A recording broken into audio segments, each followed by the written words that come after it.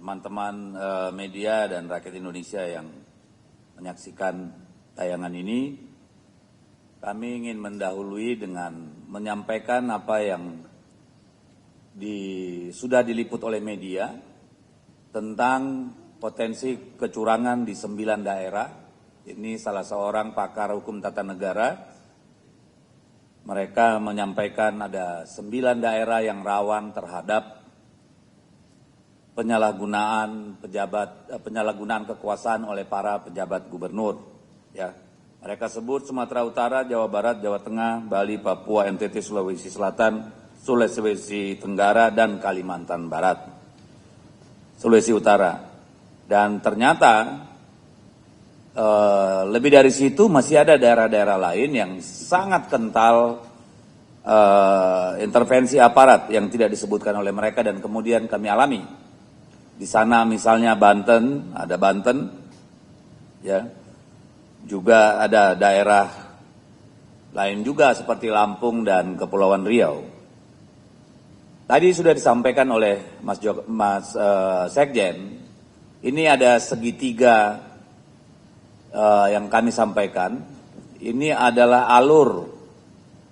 alur yang membuat pilkada kita tidak sekedar soal menang kalah, tapi ada vokabuleri baru dalam pilkada ini, dalam kontestasi ini, yaitu ada yang dimenangkan, ada yang dikalahkan, ya, dimenangkan dan dikalahkan. Jadi bukan menang kalah. Kenapa ada istilah dimenangkan dan dikalahkan? Karena ada pihak-pihak lain yang seharusnya tidak terlibat dalam kontestasi pilkada. Pihak-pihak yang seharusnya menjaga konstitusi, menjaga aturan hukum dan perundang-undangan, menjaga pemilu kita jujur, adil, bersih, demokratis, ternyata mereka justru yang mengangkangi, meminggirkan, dan membuang semua itu ke tempat sampah. Sudah kita pahami pada pemilu pilpres yang lalu terjadi banyak anomali, banyak pelanggaran dalam pemilu bulan Februari. Dan itu dibuktikan dengan keputusan Mahkamah Konstitusi yang bersifat dissenting opinion, ya, terhadap penetapan presiden. Jadi secara moral dan secara substantif pemilu kita kemarin cacat karena berbagai tindakan pelanggaran yang TSM sifatnya, ya, terstruktur, sistematis, dan masif.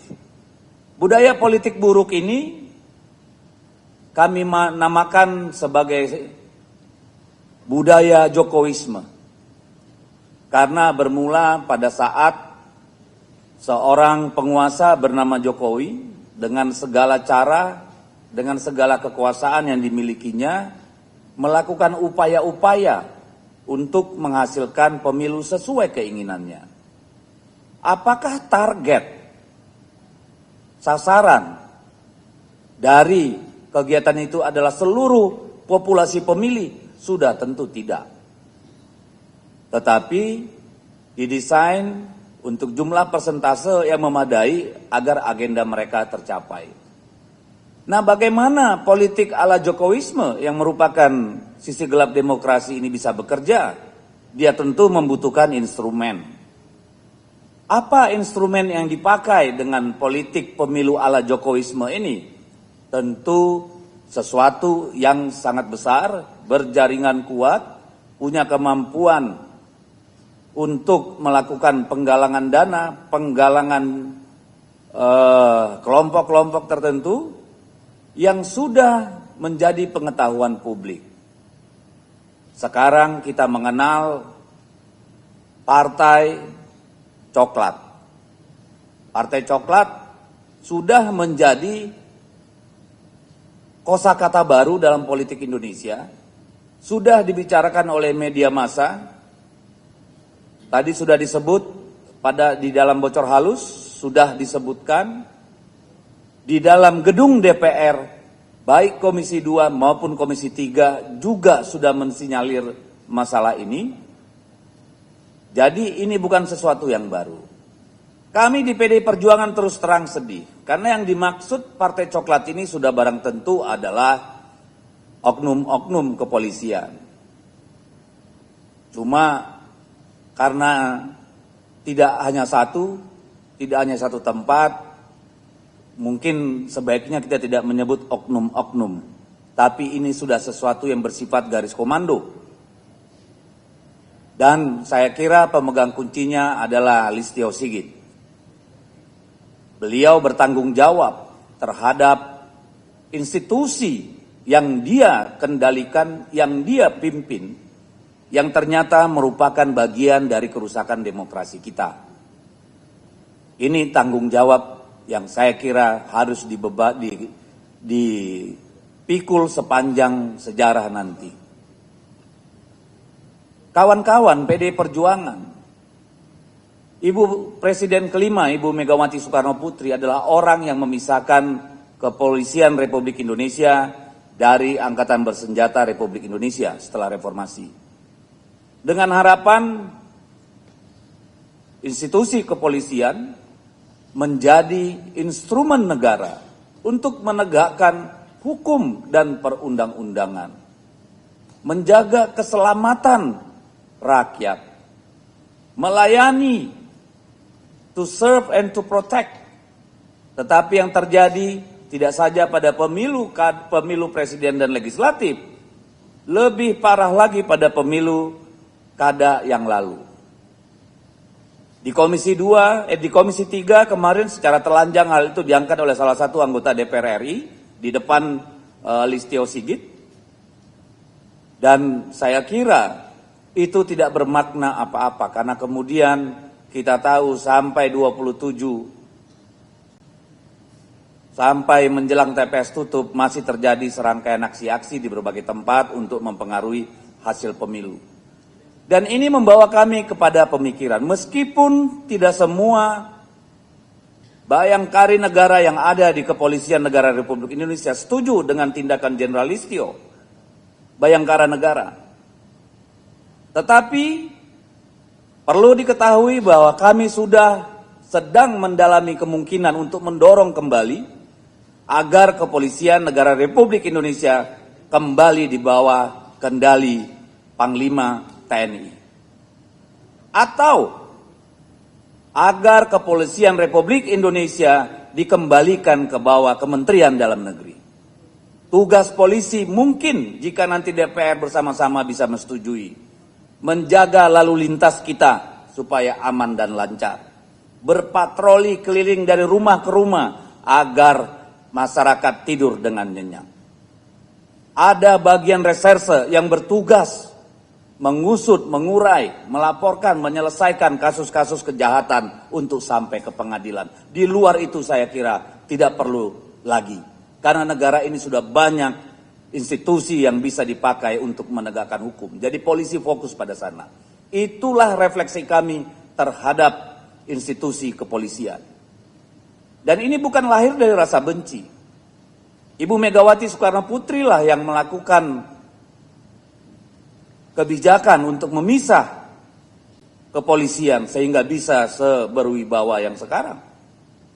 Tetapi ternyata dari apa yang terjadi, dari laporan yang kami diterima, dari pemahaman masyarakat banyak, bahkan termasuk di gedung DPR, justru kepolisian menjadi masalah bagi demokrasi kita.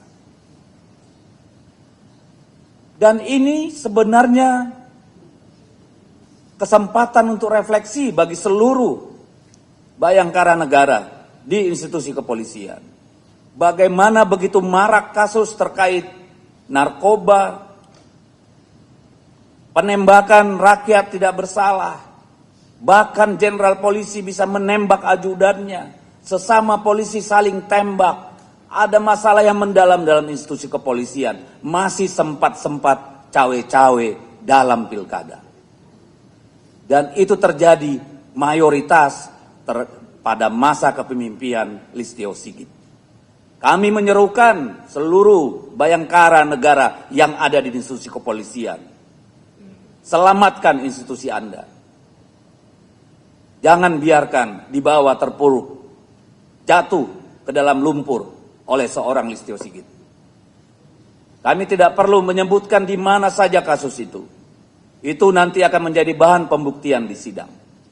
Tapi kami ingin menyampaikan kepada seluruh rakyat, ada seorang Listio Sigit yang harus bertanggung jawab atas apa yang terjadi belakangan ini. Yang kedua, dari segitiga ini ada yang namanya PJ kepala daerah. PJ kepala daerah ini semua berada di bawah kendali Kementerian Dalam Negeri. Seharusnya lah menjadi tugas mereka memastikan tidak ada yang namanya PJ kepala daerah menjadi alat tim sukses pasangan calon di dalam kontestasi pilkada. Di dalam RDP dengan Menteri Dalam Negeri, saya sudah menyampaikan secara langsung, secara tegas, betapa banyak kegiatan-kegiatan ilegal dari PJ kepala daerah. Sumatera Utara sangat telanjang, Sulawesi Utara sangat telanjang, di berbagai tempat. Tetapi sejauh yang kami amati, seolah-olah itu menjadi tugas Gakumdu, menjadi tugas Bawaslu. Padahal kita tahu Bawaslu ini, saya sudah RDP juga kami dengan Bawaslu, mereka mengakui banyak sekali temuan laporan pelanggaran. Mulai dari PJ Gubernur, PJ Bupati, PJ Wali Kota, hingga Kepala Dinas, hingga Camat, hingga Ketua RT atau Kepling kalau di Sumatera Utara. Di Deli Serdang, bansos dan money politik ditemukan di rumah orang tua salah satu camat, yang kemudian dibagi-bagikan oleh struktur di bawahnya. Kami tidak takut kalah. Kami tidak ingin selalu menang. Tapi kami ingin kontestasi ini berjalan dengan semangat yang ditentukan oleh undang-undang, luber dan jurdil. Kalau mau menang-menangan, saya kira negara ini harus membayar mahal. Oleh karena itu kami mengucapkan terima kasih kepada seluruh jajaran partai, kepada seluruh jajaran tim kampanye pemenangan calon di seluruh Indonesia, kepada seluruh rakyat Indonesia yang masih bisa menahan diri atas perilaku kekuasaan menyimpang dari parcok dan para kepala daerah yang menjabat ini. Ini bukan soal PDI Perjuangan. Ini bukan soal calon kepala daerah. Ini soal cara kita bernegara. Ini soal cara kita berdemokrasi. Untuk apa sebuah kemenangan jika itu dihasilkan dari kejahatan terhadap hukum dan perundang-undangan? Apakah sesungguhnya memang kita bukan lagi negara hukum, tapi betul-betul sudah menjadi negara kekuasaan? Kami terus terang bersimpati dan kasihan melihat Presiden Prabowo. Ketika kami melihat beliau tidak dihormati selayaknya sebagai seorang presiden. Bayangkan seorang presiden setelah melakukan kunjungan kerja pada hari Minggu di luar hari kerja, mengunjungi lahan food estate di Merauke, harus terbang ke rumah seorang mantan presiden, dan kemudian kesan kami dari gestur beliau dipaksa menjadi seorang influencer calon gubernur. Hati kami tersakiti. Betul-betul itu sesuatu penghinaan. Dan kami menyerukan kepada seluruh pendukung Pak Prabowo supaya memberikan keberanian kepada beliau untuk memutus syahwat kekuasaan yang terus-menerus dipertontonkan oleh seorang Joko Widodo.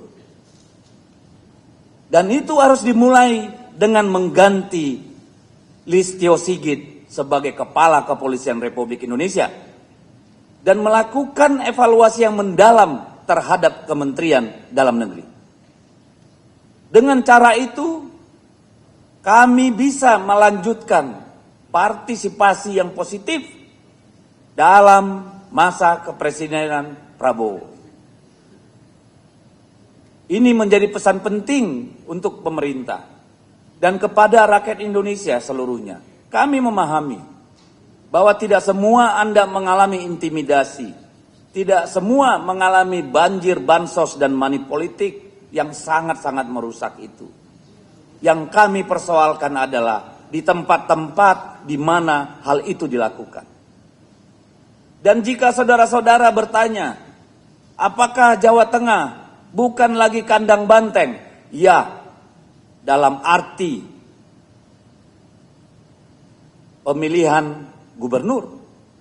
Dari sisi suara, dibandingkan antara suara pemilu legislatif dengan hasil pemilu kada gubernur, itu 2 kali lipat. Dari 25,9% menjadi lebih dari 40%. Apakah masih kandang banteng? Yes.